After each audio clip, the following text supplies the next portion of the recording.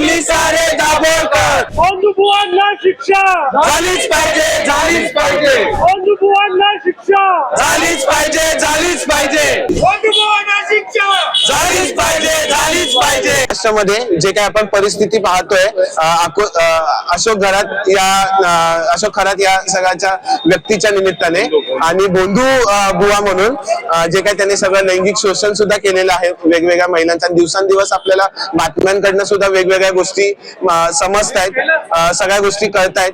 तर महाराष्ट्र अंधश्रद्धा निर्मूलन समिती मुंबई जिल्ह्याच्या वतीने सुद्धा आम्ही निषेध आहे आणि जालटोना विरोधी कायदा चा सगळ्या जनजागृतीच्या निमित्ताने आपण हा आज कार्यक्रम घेतलेला आहे.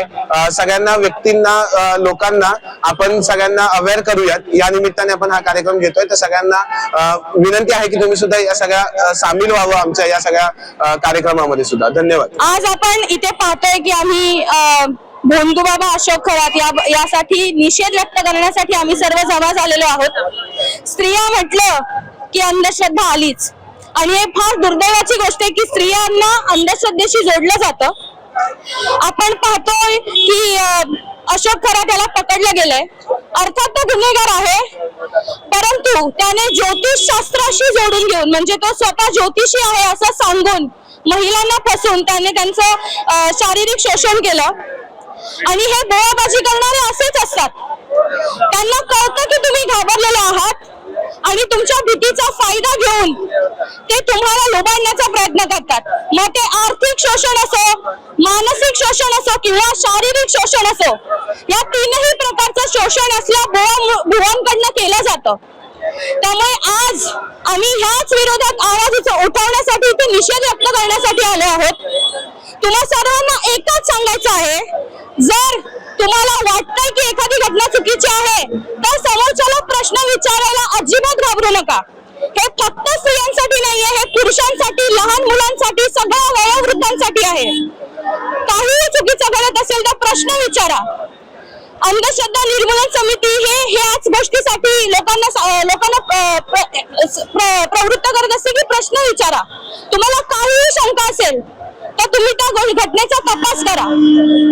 तर या निमित्ताने मला तुम्हाला हेच सांगायचंय की आम्ही ज्या पद्धतीने निषेध व्यक्त करतोय या घटनेनंतर तरी सगळ्यांनी थोडस समजून घ्या, वागा आणि अशा भुवा लोकांना बळी पडू नका.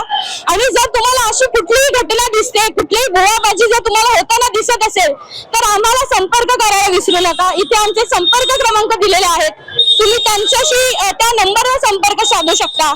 आणि पुन्हा एकदा सांगते, प्रश्न विचारायला घाबरू नका. धन्यवाद. आज आपण इथे बोंधू अशोक खरात येऊ नये आपल्या घरात त्यासाठी जनजागृती करण्यासाठी आलेलो आहोत.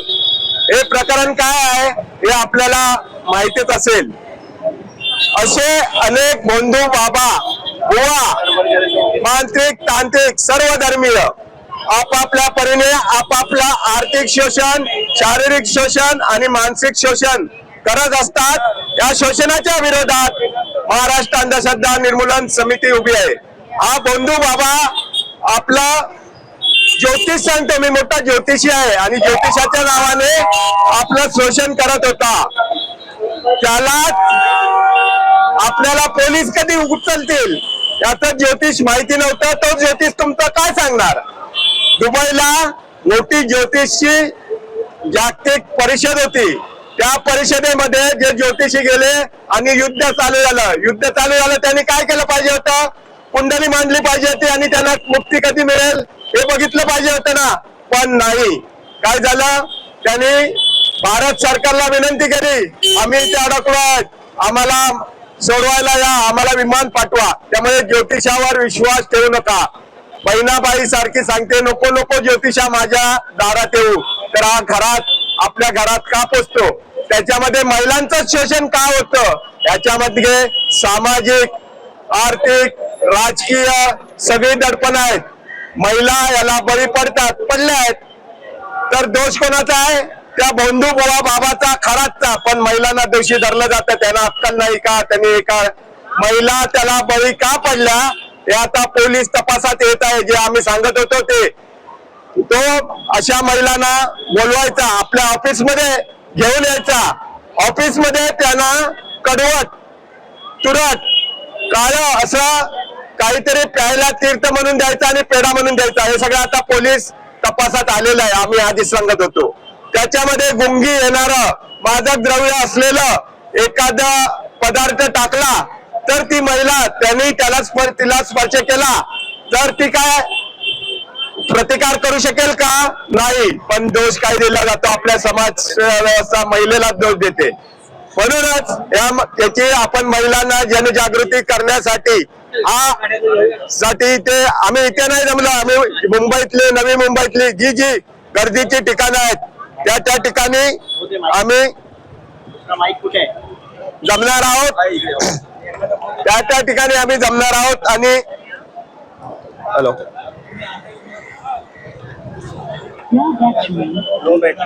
याची लो करून दे. प्रत्येक ठिकाणी आम्ही हे करणार आहे. आम्ही मुंबई जिल्हा, ठाणा जिल्हा म्हणून हेल्पलाईन दिलेली आहे. या हेल्पलाईन वर तुम्ही आपल्या तक्रारी नोंदवा. तुमच्या तक्रारी तुमच्या सोबत आम्ही आहोत, पोलीस प्रशासनासोबत आहोत. जादूटोणा विरोधी कायदा झालेला आहे. जादूटोणा विरोधी कायद्याने अशोक खरात आता आतमध्ये आहे. हा कायदा अधिक बळकट व्हायला हवा म्हणून पोलीस प्रशासन आणि राज्य सरकारला आम्ही विनंती करतोय.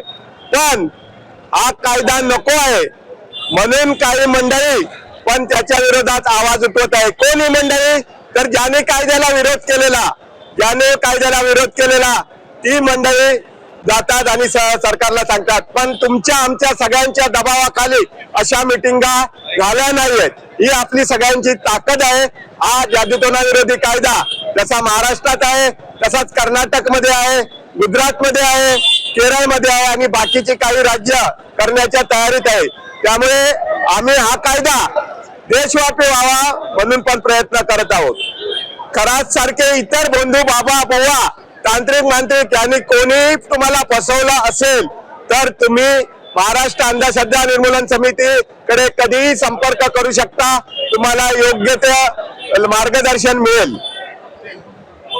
खरातच्या नंतर SIT चौकशी चालू झाली आहे. त्यांनी हेल्पलाईन चालू केली आहे. त्या हेल्पलाईन वर आतापर्यंत 150 पेक्षा जास्त तक्रारी आलेल्या आहेत. पण FIR एकूण 11 झालेले आहेत. त्यातले 9 महिलांच्या संबंधित आहे आणि 2 आर्थिक घोटाळ्याच्या संबंधित आहे. ही पण माहिती घ्या. महिला का बोलायला येत नाही तर अशा महिलांना जे सामाजिक राजकीय बंधन आहे, राजकीय बंधन होतं, महिलांची तक्रार पोलिसांनी घेतली नाही तर त्या कुठे जाणार? महिला आयोगाकडे जाणार. जर महिला आयोगाच्याच अध्यक्ष जर त्या बाबाचे पाय पूजत असतील, त्याची भक्त असेल तर आपल्याला न्याय मिळेल का? ही महिलांना असुरक्षिततेची भावना असते म्हणून महिला आयोगाकडे गेले नाही.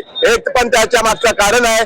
तर अशा बंधू, बाबा, बुवा यांच्या कुठल्याही कृत्याला तुम्ही फसू नका. तुमच्या बरोबर कायदा आहे, जादूटोणा विरोधी कायदा आहे.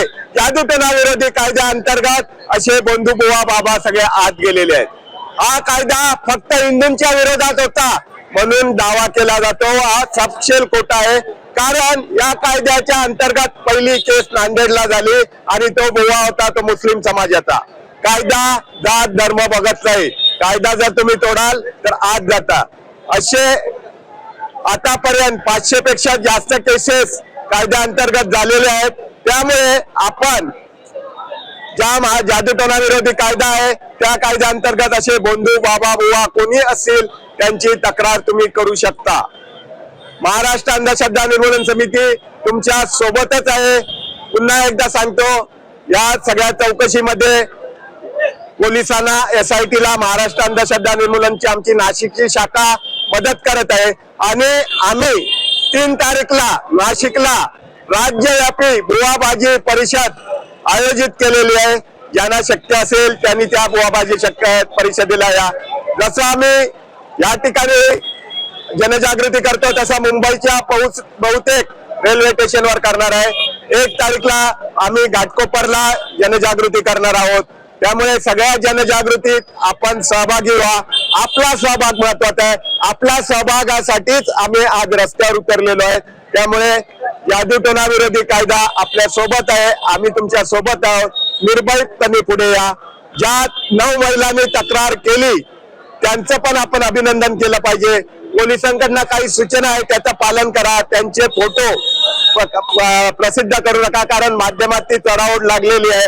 आपल्याला महिलांना दोषी नाही दाखवायचं आहे, तर भोंदू खरात सारखे जे कोण आहेत ते दोषी आहे आणि त्यांच्यावर कारवाई होणं गरजेचं आहे.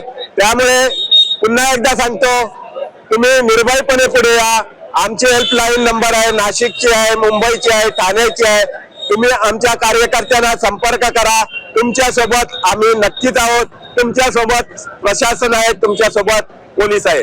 धन्यवाद. एक साधं आपण सामान्य विज्ञान मध्ये जे शिकतो की आपलेले जे ग्रहगोल आहेत, सूर्य, चंद्र, तारे, त्यांचं अंतर किती आहे, म्हणजे आपल्या पृथ्वीपासून ते किती अंतरावर आहेत हे प्राथमिक शाळेतली मुलं सांगू शकतात. पण तोच शनी, मंगळ हे सगळे आपल्या आयुष्यावर परिणाम करतात असं कोणीतरी आपल्याला सांगतं आणि आपण त्याच्यावरती विश्वास ठेवतो. ती कुंडली कशी बनवली जाते एवढा सुद्धा साधा विचार आपण करत नाही. म्हणजे जन्म वेळ किंवा एखादी गोष्ट जर असेल आणि त्याच गोष्टीसाठी त्याचा परिणाम कसा होऊ शकतो ही साधी गोष्ट आपल्याला कळत नाही आणि ते काहीतरी असेल याच्यामुळे आपण विश्वास ठेवतो आणि अशा पद्धतीचे प्रकार आपल्याला सर्रास घडताना दिसतात.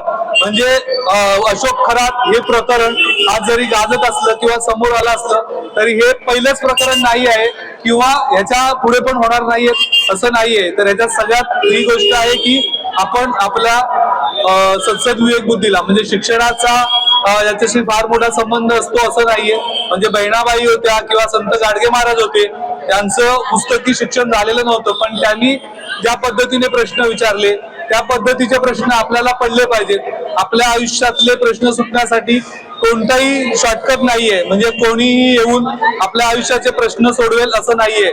आपल्याला नुकतंच माहिती असेल की एक ज्योतिषांची परिषद दुबईला झाली होती आणि त्याचवेळी जे इराण युद्ध चालू झालं त्याच्यामुळे हे ज्योतिषी तिकडे अडकले. तर त्यांना स्वतःच जे भविष्य कळालं नाहीये किंवा त्यांनी त्यांचा प्रश्न सोडण्यासाठी आपल्या सरकारला विनंती केलेली आहे की ज्योतिषी त्यांना स्वतःचं भवितव्य माहित नाहीये किंवा अशोक खरात तो पण ज्योतिषाशी रिलेटेड होता तर त्याला सुद्धा अटक झालेली आहे. म्हणजे ज्यांना स्वतःचं भविष्य माहिती नाहीये ते लोकांचं भविष्य काय सांगणार किंवा आपलं कोणतंही जे भविष्य सांगू शकत नाहीत, भविष्य बदलू शकत नाहीत. तर भविष्य नावाची कोणतीही गोष्ट नसते. तुम्ही तुमच्या आपल्या विचारशक्तीवरती विश्वास ठेवला पाहिजे आणि कार्यकारण भाव प्रत्येक गोष्टीचा शोधत राहायला पाहिजे. आपल्या आयुष्यातले सगळे प्रॉब्लेम जे आहेत ते आपल्याला सोडवायचे असतात. त्याच्यासाठी कोणताही शॉर्टकट नाहीये, कोणताही बंधू बुवा बाबा याच्यातून तुम्हाला मार्ग काढू शकत नाहीये. तर त्याला बळी पडू नका हेच या निमित्ताने आपल्याला सांगणं आहे. महाराष्ट्र अंधश्रद्धा निर्मूलन समिती शोषण करणाऱ्या सगळ्या अंधश्रद्धांना विरोध करते आणि त्याच्यासाठी तुम्ही सामील व्हा हे आपल्या सर्वांना आवाहन करते. थांबतो. जय हिंद. आपण फक्त अशोक खरातचा निषेध करणार आहे यासाठी नाही, त्याला शिक्षा होणार नाही होणार हा सगळा राजकीय खेळ आहे. पण आपला जास्त भर जनजागृतीवर असणार आहे. महिला आणि अंधश्रद्धा हा महाराष्ट्र अंधश्रद्धा निर्मूलन समितीचा नेहमीच प्रायोरिटीवर असलेला विषय आहे. कारण त्याचं गांभीर्य आज आपल्याला समजलं आहे आणि हे नेहमीच सुरू आहे. नेहमीच महिला का अंधश्रद्धेच्या बळी पडतात याचा विचार आपण केला पाहिजे. आजही आपल्याला त्याची जास्त जाणीव नाहीये. आपण विज्ञानपूर्वक विचार करून जो काही निर्णय घ्यायचा तो घेतला पाहिजे. आपण कोणत्याही घराच्या निर्णयासाठी आपण महिला सक्षमीकरण बोलतो, पण महिलांना हे शिकवत नाही की तुम्ही बुवा बाळाच्या नादी लागू नका. तर तुम्ही घराच्या एखाद्या निर्णयासाठी, घराच्या प्रगतीसाठी त्या स्त्रीला बुवाकडे पाठवतात आणि तिचं शोषण करतात. तर हे सगळ्यांनी थांबवलं पाहिजे. मुळात म्हणजे स्त्रियांना हे समजलं पाहिजे की त्यांनी बुवा बाबांकडे जायचं की नाही. मुलांना शाळेत पाठवतात आणि स्वतः बुवा बाबांकडे जातात. तर हे कधीतरी थांबलं पाहिजे. तर आमच्या आजच्या या कार्यक्रमाचा, आजच्या या निषेधचा, आजच्या या जनजागृतीचा हाच एक उद्देश आहे की महिलांनी जागृत व्हावं आणि हा सगळा प्रकार थांबवावा. महिलांनी जर थांबवलं तर बुवा बाबा नष्ट होतील. धन्यवाद. या पंचांगवाल्यानं लय ज्ञान वाढवलं, या पंचांगवाल्यानं लय ज्ञान वाढवलं.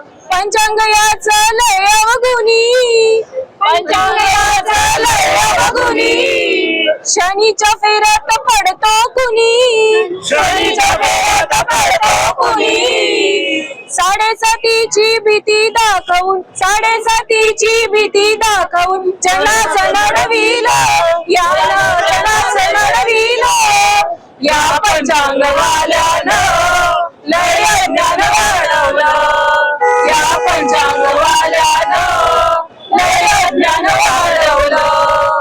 लेक लाडकी उपवर होता, लेक लाडकी उपवर होता, जन्मकुंडली बघण्या जाता, जन्मकुंडली बघण्या जाता, घडता घडता किती मुलींचे, घडता घडता किती मुलींचे लगीन मोडवलं, यानं लगीन मोडवलं, या पंचांगवाल्यानं लय ज्ञान वाढवलं, या पंचांगवाल्यानं लय ज्ञान वाढवलं. मंगळ नावाचं नभात गोल, मंगळ नावाचं नभात गोल, त्याच्या नावाचं भांडवल केलं, त्याच्या नावाचं भांडवल केलं. राहू केतून कधी कुणाचं, राहू केतून कधी कुणाचं नशीब घडविलं, त्यानं नशीब घडविलं, या पंचांगवाल्यानं लय ज्ञान वाढवलं, या पंचांगवाल्यानं लय ज्ञान वाढवलं. कडक्या मंगळ भडक्या शनी, कडक्या मंगळ भडक्या शनी, शांत करी तो विधी करुनी, शांत करी तो विधी करुनी, कर्मकांडाचं वेड जनात,